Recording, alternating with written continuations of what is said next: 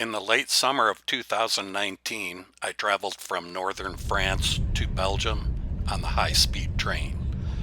I visited Brussels and then two very famous and historical battlefields. First, Waterloo, where Napoleon Bonaparte's reign ended, and then Bastogne, where part of the World War II Battle of the Bulge took place. I arrived in Brussels in the late afternoon, and unfortunately I had only one evening to see the city. So of course, my number one priority was a Belgian waffle, and yes, all the hype is absolutely true. I had zero plans beyond taking a walk and having dinner. This is a famous Brussels landmark, and I have no idea why, but the people of Brussels really like it, and it's been here since 1619.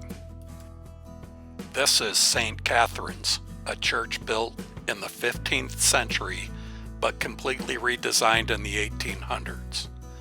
The fountain and spatch is a monument erected in 1897 for the mayor of Brussels. This statue celebrates the role played during World War I by Belgian pigeoneers and their carrier pigeons. Later I made my way to the Grand Place, which is considered one of the most beautiful squares in all of Europe, and I would have to agree. The Grand Place is the central square of the city of Brussels, dating mainly from the late 17th century.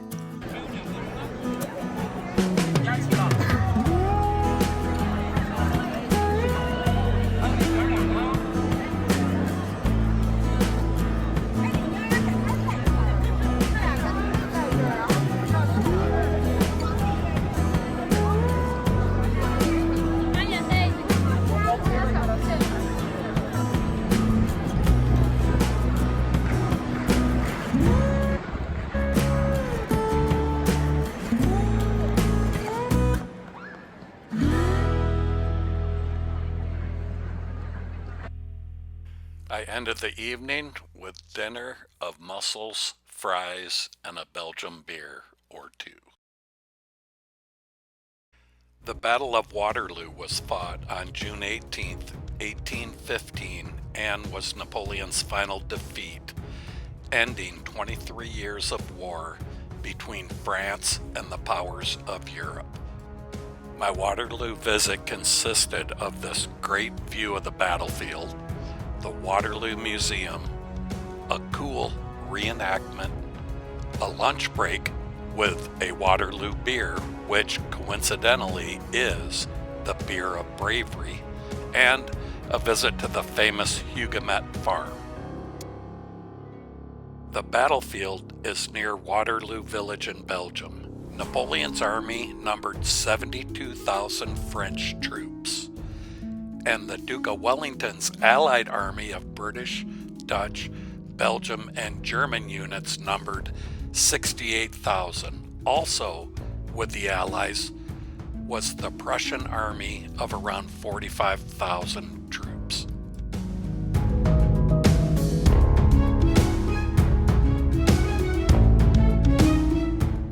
The Lion's Mound is a large artificial hill on the battlefield and commemorates the location where a musket ball hit the Prince of Orange, William II of the Netherlands. The lion statue on top has his paw resting on a sphere, which signifies global victory.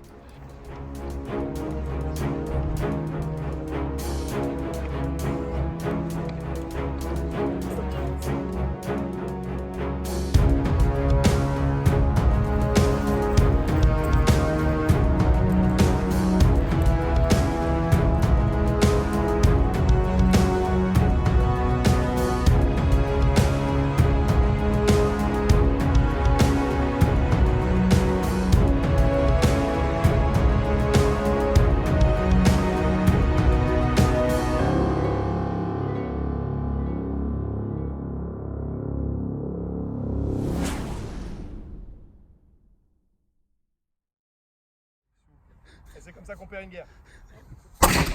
Yes. Très beau tir.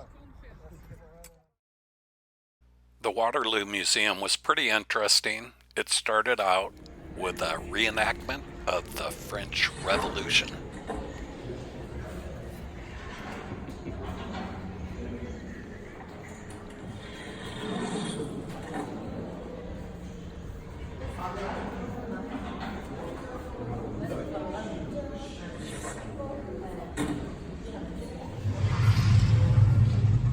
But the highlight was this 360-degree panorama painting of the Waterloo battlefield.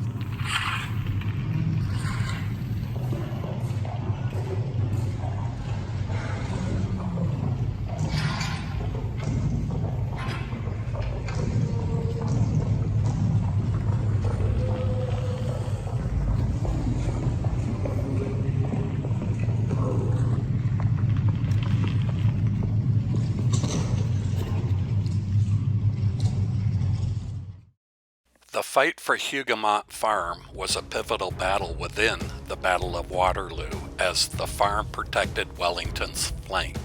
Napoleon's intent was to draw Wellington's reserves to the British right flank and then launch the main French attack through the center. During the first assault, the British lost control of the surrounding woods, but with massive support from artillery, they managed to beat back the French. A renewed French assault reached the farm's north gate, sparking one of the more famous clashes of the battle. A French lieutenant smashed the barred gate with an axe, and some 30 French troops rushed into the compound behind him. A British contingent shoved through to close the gates by brute strength. In the ensuing melee, the defenders killed all the intruders but for a young French drummer boy.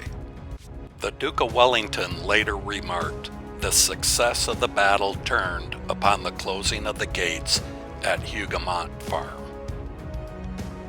Hi, this is the Huguenot Farm, the Battle of Waterloo. It's really the only remaining structure in the battle. Earlier today I was at the Lion Monument, which is way up on a hill they built overlooking the battle. Went to the wonderful museum, and now I'm touring the farm, and then later I will be on my way to Bastogne.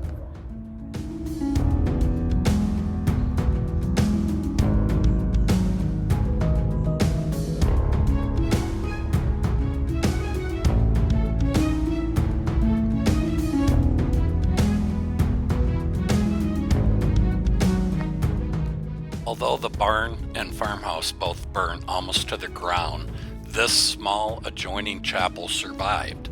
The crucifix was touched by the fire, and you can see the left foot was scorched. The right leg was broken off sometime after the battle. Victor Hugo, who wrote about the Battle of Waterloo, described the scene in the chapel. I quote, "The flames filled this building. It was a perfect furnace.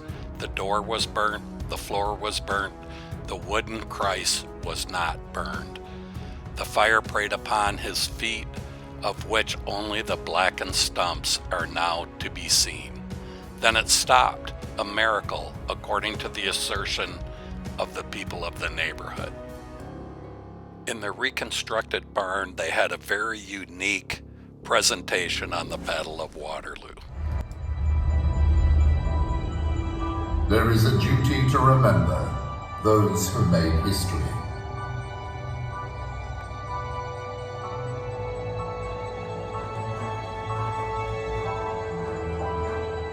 The fight for the farm continued well into the day, with each side committing additional troops.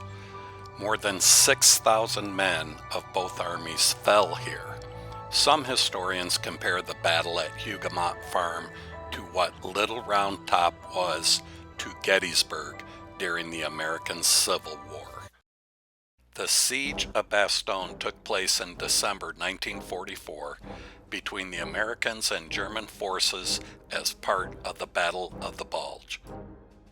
To be successful, the Germans had to capture the main roads in the Ardennes forest highlands, which converged on the city of Bastogne. On the 22nd of December, the Germans had the Americans, who were holding the city, completely surrounded. German General von Leutwitz sent a demand for surrender to American Brigadier General Anthony McAuliffe. He gave the Americans 2 hours to surrender or face total annihilation. In his famous response, General McAuliffe replied with a single word, and I quote, "Nuts." The Americans held out 5 more days in sub-zero weather until they were relieved by General George Patton's Third Army. Upon entering the Bastogne War Museum, you are introduced to 4 individuals: a corporal in the U.S. 101st Airborne Division, a lieutenant in the German 26th Division, a young teacher from Bastogne, and a 13-year-old farm boy who lost his parents to the war. These 4 people reappear throughout the museum's exhibits, telling their stories of how the war impacted each one of them. And they all end up together in the basement of a building in Bastogne. It's just an incredible story. This wonderful museum covers the pre-war years through the end of World War II, and with a heavy emphasis on the Battle of the Bulge. This is one of the finest war museums which I have toured, and in my opinion, it is rivaled only by the Army Museum at Les Invalides in Paris and the U.S. Marine Museum in Quantico, Virginia.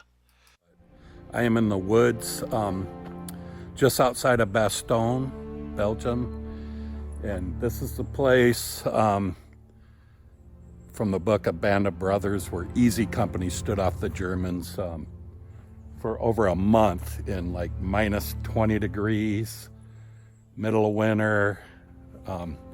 Started on December 16th, and they fought here for a month, but it's pretty interesting. I'm gonna try to find some foxholes. They say there's some remains of some around here. I think I found one. Here they are. Probably have filled in a little bit since I believe this was 75 years ago. 74 years ago. But, you know, just imagine here with the Germans coming, dug into these holes. Pretty wild. I don't think it looked much different than what it looks like now. Earlier I was at the Bastogne War Museum. Very well done, very good museum. Okay, one thing I forgot to do is get in one of these foxholes. You know me, that's what I have to do. So you can see the foxhole, this one, right here. Anyway, I am in it right now. There's another one behind me there. There's one there.